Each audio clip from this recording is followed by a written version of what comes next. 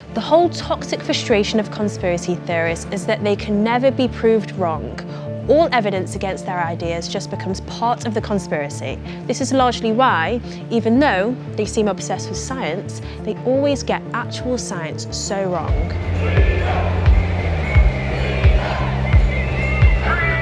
This is going to kill billions. Conspiracy theories versus science. A global pandemic is sweeping through the world, claiming hundreds of thousands of lives.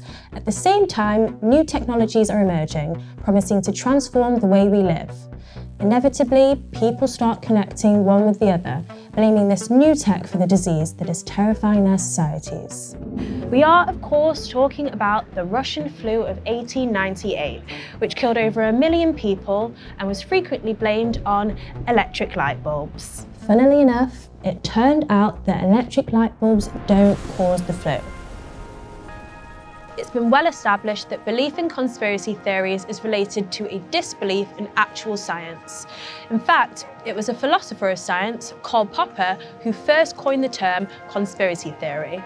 And so, through history, new technology has inspired waves of fear and paranoia. When the steam train was invented in the 19th century, doommongers claimed that if it went over 30 miles per hour, everyone on it would melt. If it went over 50, every female passenger would have her uterus sucked out. We saw a similar thing with the coronavirus pandemic.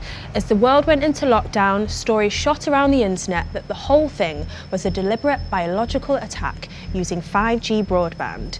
These tales got a push from celebrities like Woody Harrelson, Amir Khan and MIA. 5G engineers were being verbally assaulted on the street and several masts in the UK were burned down. But all this was actually building on conspiracy theories about 5G that had already been circulating well before the pandemic. If you don't know what 5G network is, trust me, your ass will find out sooner or later. It's a very fast internet connection, and it has a very high level of radiation. All kind of studies are already shown people is gonna be catching cancer, already catching cancer. This shit is bad, like, this shit is going to cause turmoil to your people. Long before COVID, when 5G first appeared, conspiracy theorists claimed that shadowy, evil forces of the government, Bill Gates, the Illuminati, or whoever, were using this new tech to make us ill, to control the population, make money, or whatever the Microsoft Freemasons seem to want. The vast majority of people are asleep. The plan of action is to increase our number across the country. If anybody thinks that this is going to kill 6 million, think again. This is going to kill billions. In a way, conspiracy theories are a sort of bad mimicry of what scientists actually do, questioning existing narratives and trying to discover the truth. A good example is the anti-vaccine movement.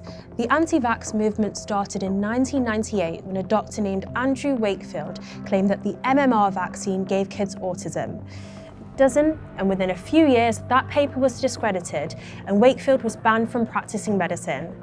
That didn't stop him from becoming an anti-vax superstar, flying around the world on speaking tours and dating 90s supermodel Elle Macpherson. Any regrets, Dr. Wakefield? No regrets, thank you. There is now an entire mini-industry of pseudoscience hacks, celebrities and US presidents who now call vaccines into question, often while making money selling alternative therapies. This is dangerous. Vaccines only work effectively if enough people within a population actually use them, and the WHO lists vaccine hesitancy as among the 10 biggest health threats to mankind. Think about it. If you're healthy, what's the common sense in taking a vaccine? It doesn't make any sense because it is of the devil. Because the anti-vax movement can't disprove the science behind vaccines, they have only one place to go: conspiracy theory. Anything that goes against what they're pitching, a conspiracy theorists regarding masks. I know for a fact they don't work, and I've seen enough evidence to say they don't. Calling scientists liars is a cornerstone of most conspiracies. But the problem is that we need to trust in scientists, because when you tear up the very basis of truth, you can start to believe in anything. If we don't believe in science, very bad, powerful people with lots of money get to claim whatever they want. Bad people like the fossil fuel lobby. Because they can't disprove what 99% of scientists in the world think, that man-made climate change is real and incredibly dangerous, oil companies will fund official-sounding think tanks to sow just enough doubt that politicians can avoid making meaningful change. Companies like Exxon and right-wing billionaire political donors like the Mercer family and the Koch brothers pump millions of dollars into places with illustrious-sounding names like the Heartland Institute, Cato Institute, and the Heritage Foundation in order to undermine climate science without evidence. It's just a con job, what's going on with this man-induced global warming. There's all this fuss and carry on, trying to scare us. But it's really about money.